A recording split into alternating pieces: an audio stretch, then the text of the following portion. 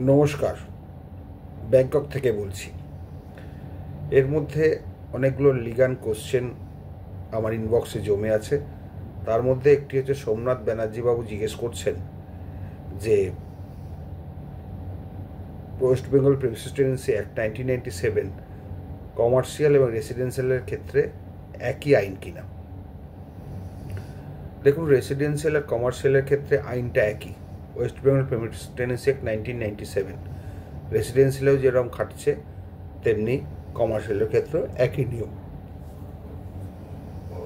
শুধু যেটা আছে কমার্শিয়ালের ক্ষেত্রে 2Gর ক্ষেত্রে ডিফারেন্স আছে। রেসিডেন্সিয়ালে যেটা হচ্ছে যে হাজব্যান্ডের নামে টেনেন্সি থাকলে হাজব্যান্ড যদি মারা যান ওয়াইফ লাইফ লং, ছেলেমেয়েরা 5 বছর। কিন্তু কমার্শিয়াল টেনেন্সির ক্ষেত্রে হাজব্যান্ড যদি মারা যান ওয়াইফের রাইট থাকছে না, ছেলেমেয়ের 5 বছর রাইট আছে অ্যাজ এ টেনেন্ট। তারপরে দে বিকাম ট্রেসপাসার্স। এই হচ্ছে মূলত পার্থক্য।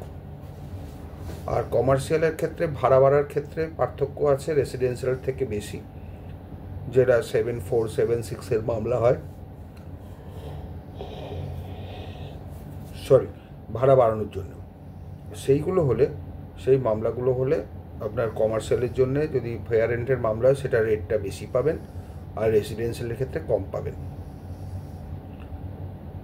আদারওয়াইজ সবই একই ধারা, কোনো পার্থক্য নেই এই দুটো ক্ষেত্র ছাড়া।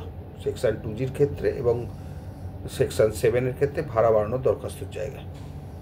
সেকশন 7 নয়, সেকশন 17।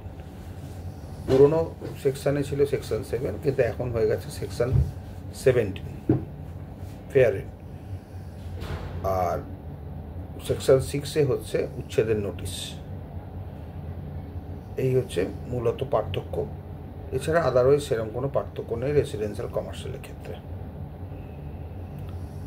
আর নোটিশ সব ক্ষেত্রে একই যাবে, নোটিশ সব ক্ষেত্রে একই যাবে, কোনো পার্থক্য হবে না। রেসিডেন্সিয়ালের ক্ষেত্রেও রিজনেবল রিকোয়ারমেন্ট চাওয়া যায়, কমার্শিয়ালের ক্ষেত্রেও চাওয়া যায়। কোনোটাতেই কোনো আলাদা কোনো ব্যাপার নেই। সোমনাথ ব্যানার্জিবাবুকে আশা করি বোঝাতে পারলাম। ধন্যবাদ।